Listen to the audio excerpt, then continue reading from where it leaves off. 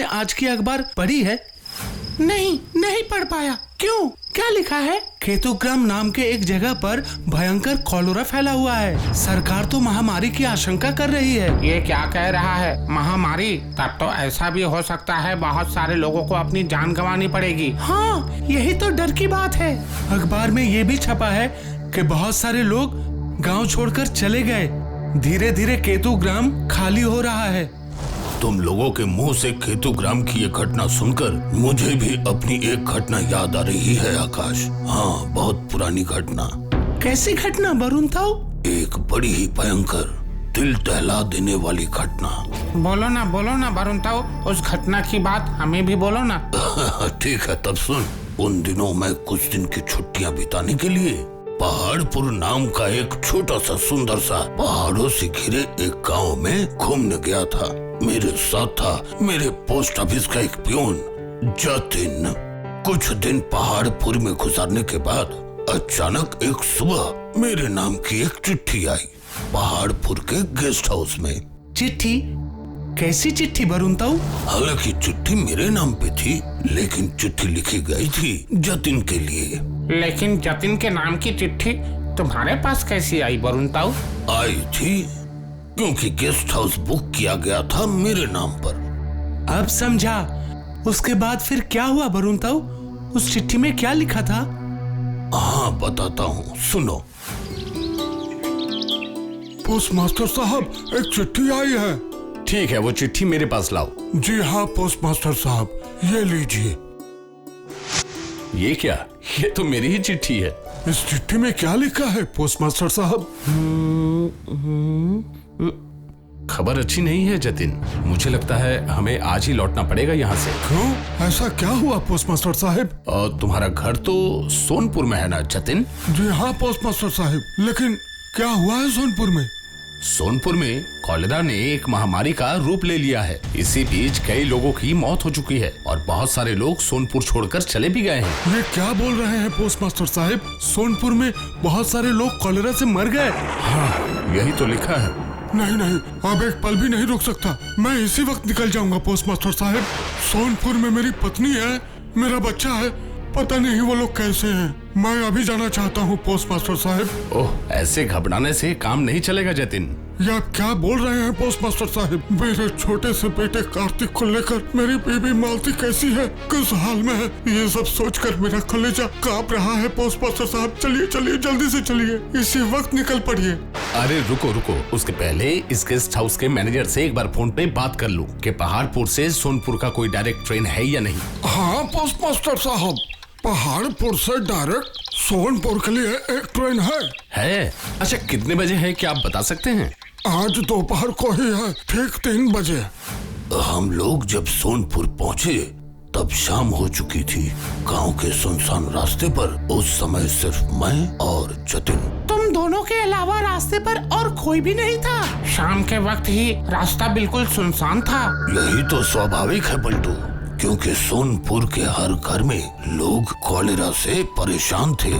गांव के पगडंडी से चलते हुए हमें हर तरफ से लोगों की चीख पुकार सुनाई दे रही थी। आवाजें जितनी तेज हो रही थी, जतिन उतना ही परेशान हो रहा था जल्दी अपने घर पहुंचने के लिए। सोनपुर का ऐसा भयानक चेहरा मैंने जीवन में कभी नहीं देखा था पोस्ट मास्टर साहब। इतनी देर से हम लोग चल रहे हैं, लेकिन अभी तक एक भी आदमी दिखाई नहीं दिया। अरे ये कहीं वासुदेव भैया तो नहीं? अरे ओ वासुदेव भैया, अरे सुनते हो वासुदेव भैया? अरे ओ वासुदेव भैया, अरे ओ वासुदेव भैया, अरे वासुदेव भैया, मुझे पहचाना नहीं क्या? अरे ओ वासुदेव भैया, मैं जतिन हूँ, जतिन, मुझे पहचाने नहीं क्या?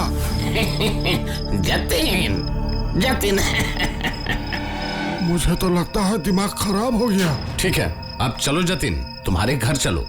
हाँ, चलिए चलते हैं। देखो जतिन, वहाँ पेड़ के नीचे बैठी कौन तुम्हें देखकर हंस रही है? अरे हाँ, वो तो हमारी रंगा मौसी है। अरे ओ रंगा मौसी, तुम कैसी हो? कितने दिनों के बाद तुम्हें देख रहा हूँ, कैसी हो तुम? ये क्या, रंगा मौसी भी मुझे देखकर नहीं पहचान पाई पोस्ट मास्टर साहब? सुनो, अब तुम चाहे रास्ते में किसी से भी मिलो, उससे बात मत करना। भूलना मत तुम यहाँ पर क्यों आए हो। तुम्हारी बीबी और बच्चा ठीक है कि नहीं ये देखने के लिए, गांव वालों से मिलने जुलने के लिए नहीं आए। हाँ बिल्कुल ठीक कह रहे हैं पोस्ट मास्टर साहब, बिल्कुल ठीक कहा आपने। चलिए चलिए। उसके बाद जतिन बाबू के घर तो पहुँचे, फिर आप लोगों ने क्या देखा वरुण ताऊ? जतिन के घर हम लोग जब पहुँचे तब रात हो चुकी थी। पहले जाकर हमने देखा जतिन का घर द्वार अंधेरे में डूबा हुआ है, कहीं भी रोशनी का कतरा तक दिखाई नहीं दे रहा था। उसके बाद क्या बात है जतिन, तुम्हारे घर पर कोई नहीं है क्या? इतनी रात हो गई पर रोशनी का नामो निशान तक नहीं। मैं भी तो यही सोच रहा हूँ पोस्ट मास्टर साहब, सिर्फ घर ही नहीं, उधर देखिए तुलसी चबूतरा भी सुनसान पड़ा है। अरे मालती सुनती हो? अरे ओ मालती, कार्तिक, अरे तुम सब कहाँ पर हो?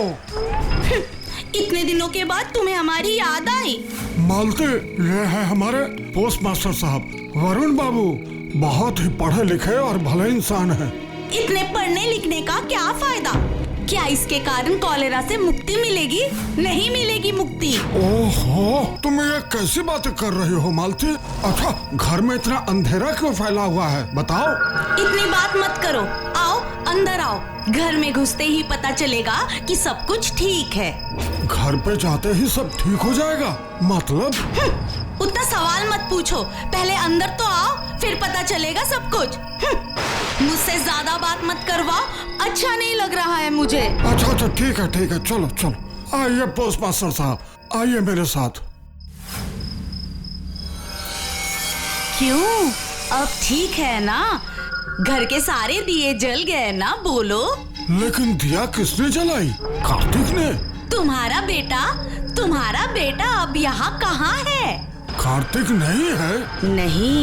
नहीं है। कहाँ गया है वो? बताऊंगी, सब बताऊंगी। पहले कुछ खा पी के आराम करो, फिर सब बताऊंगी, समझे? नहीं, मेरे कहने का मतलब है कि कार्तिक को कुछ हुआ तो नहीं? बताओ।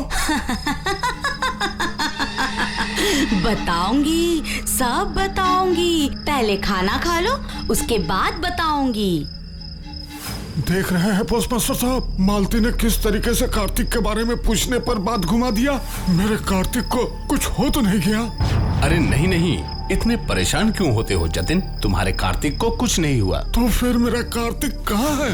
आओ खाना खाने आओ। इतने ही देर में तुमने खाना भी बना लिया? और नहीं तो क्या, मैं तुम्हारे साथ मजाक कर रही हूँ। आओ जल्दी। उसके बाद खाना खाते हुए मैंने जो देखा उसके बारे में सोचते ही मेरा कलेजा कांपने लगता है। क्या देखा वरुण ताऊ? मैंने देखा, वाह, तुमने तो कमाल ही कर दिया मालती, इतनी ही देर में 56 भोग बना दिए, इतना सारा खाना। लेकिन चूल्हा तो तुमने जलाया ही नहीं, तो फिर तुमने इतने पकवान बनाए कैसे? इतना जान के तुम क्या करोगे? खाना परोसा है, खाओ। अच्छा, पहले एक बात बताओ, कार्तिक कहाँ है? इतना बढ़िया खाना बना है पर कार्तिक नहीं दिखाई दे रहा, आखिर बात क्या है? बेटा करके एकदम पागल ही हो गए हो। यहाँ सोनपुर में इतना कॉलेरा फैला है, इसीलिए कार्तिक को मैंने अपने भैया के घर भिजवा दिया। अब वो अपने ननिहाल में बिल्कुल ठीक है। तो फिर तुम भी अपने भैया के साथ क्यों नहीं चली गई? अगर जा सकती तो क्या नहीं जाती, मगर हाय रे मेरी किस्मत। खैर छोड़ो, पहले बताओ खाना कैसा बना है? बहुत बढ़िया खाना पकाया है आपने, बहुत बढ़िया। पर एक नींबू मिल जाता तो फिर क्या बात होती, तो फिर खाने में मजा आ जाता। इसमें ऐसी कौन सी बात है, मैं अभी लेकर आती हूँ। नहीं रहने दो, इतनी रात को तुम्हें नींबू के पेड़ से नींबू तोड़ने की कोई जरूरत नहीं। मुझे कहीं जाने की जरूरत नहीं है, मैं यहीं बैठे बैठे तुम्हारे लिए नींबू लेकर आऊंगी। ये देखो। यहीं पे बैठ के? हाँ, तो फिर ये देखो।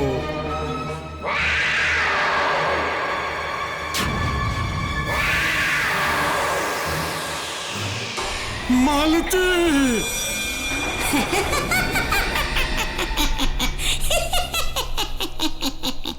ये आप क्या बोल रहे हैं वरुण ताऊ? मैं जो बोल रहा हूँ बिल्कुल सही बोल रहा हूँ। उस रात को मैं जैसे तैसे जतिन को साथ लेकर उसके घर से भाग निकला। उसके बाद में पता चला बहुत सारे लोगों की तरह कॉलेरा में मालती भी मर गई।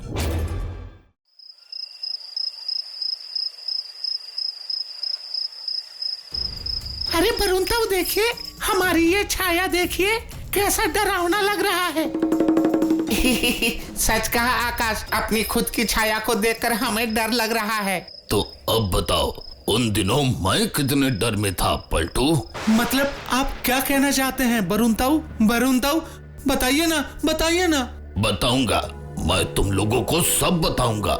उस समय में राधानगर में पोस्ट मास्टर हुआ करता था। वहीं पर एक छोटा सा घर किराए पर लिया था। 2 कमरे, 1 बरामदा। घर के सामने एक छोटा बागीचा था। छोटा था पर बहुत सुंदर था। और घर के पीछे एक छोटा सा तालाब था। बारिश के मौसम में मेढकों का झुंड टर टर किया करता था। अब मैं क्या बताऊं, वहाँ मुझे बहुत अच्छा लगता था, खास करके दिन के वक्त। लेकिन रात होते ही एक अजीब सी अनुभूति होती थी मुझे। अजीब सी अनुभूति?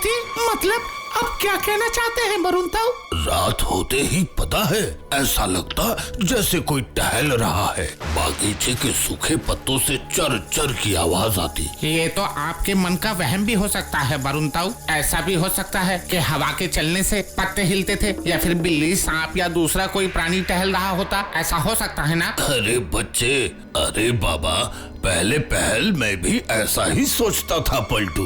यही जांचने के लिए एक दिन रात को मैं टॉर्च की रोशनी लेकर बाहर निकला। लेकिन अचानक मैंने देखा,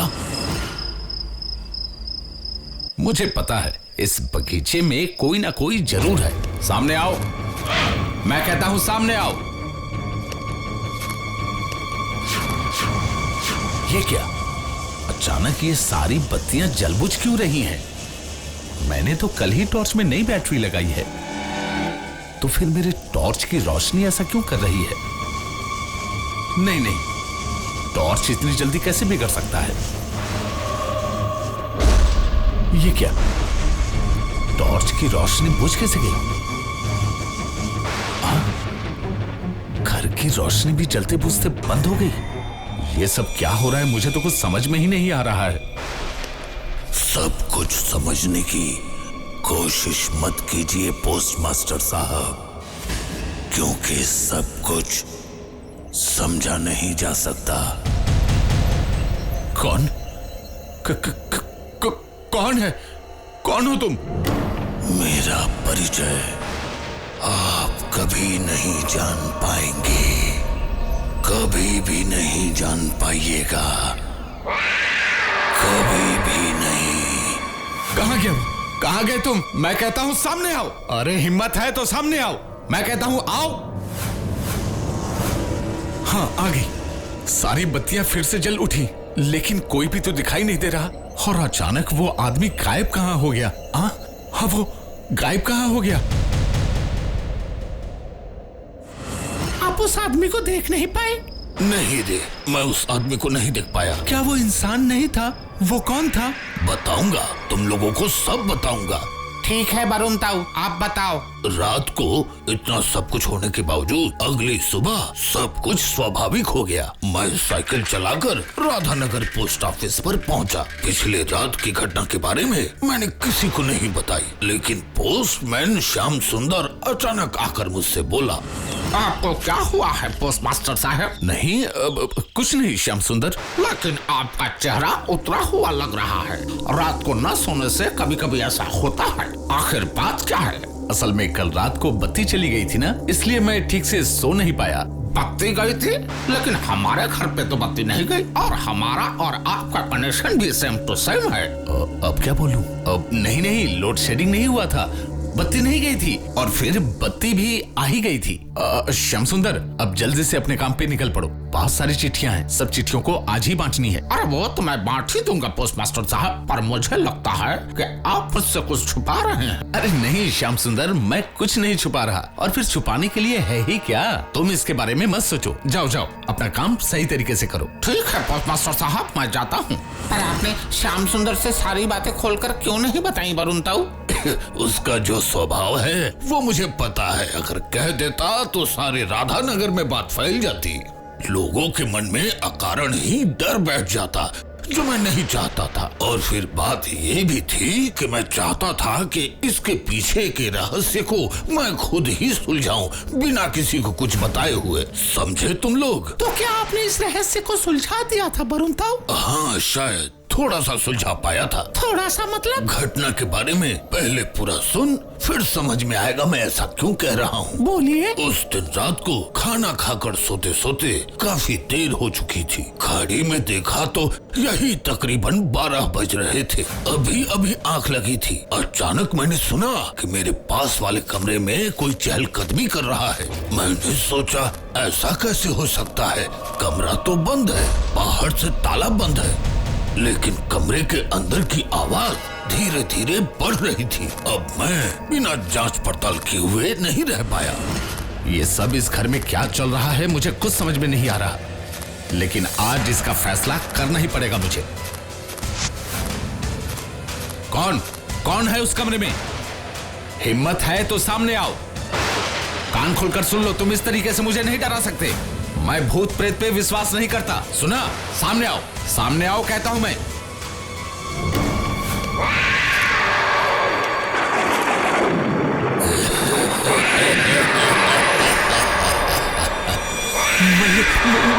मैं ये क्या देख रहा हूँ? नहीं ऐसा नहीं हो सकता। मैं गलत देख रहा हूँ। मैं ये क्या देख रहा हूँ? नहीं, ऐसा नहीं हो सकता। मैं ये क्या देख रहा हूँ? अब तो संदेह की कोई गुंजाइश ही नहीं रही कि वो भूत था और कुछ नहीं, है ना?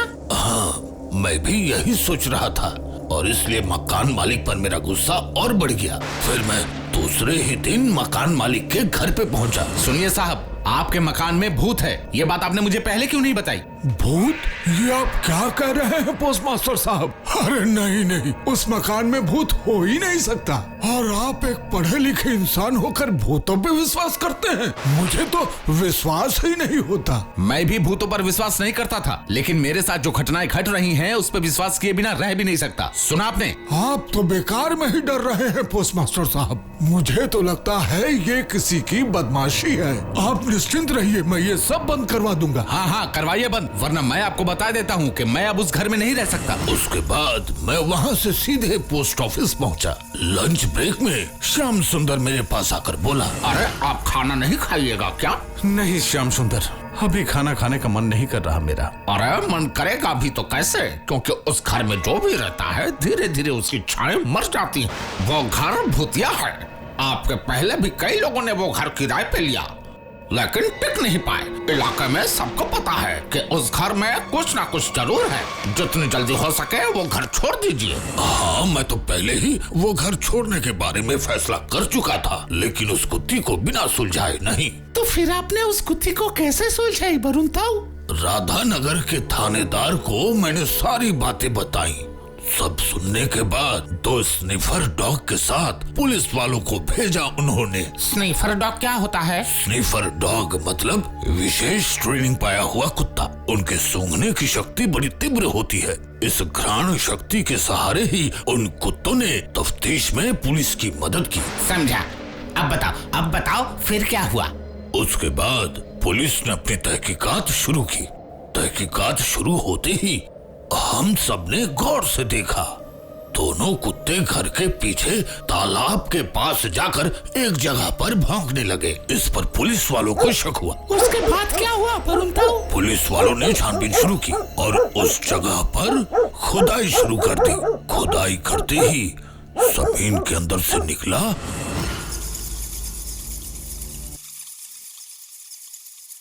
ओह माय गॉड, ये तो एक मृत शरीर है। देखकर तो लगता है किसी ने मर्डर करके यहाँ गाड़ दिया है। उसके बाद शुरू हुई असली तहकीकात, लेकिन आज तक असली खूनी को सजा मिली या नहीं ये मुझे नहीं पता। लेकिन एक दिन रात के समय राधा नगर के दूसरे एक घर में किराए पर रहता था। अचानक मैंने रात में देखा वही चद्दर ओढ़े छाया मूर्ति मेरे खिड़की के बाहर खड़ा है। मैंने चीख कर कहा, कौन हो तुम?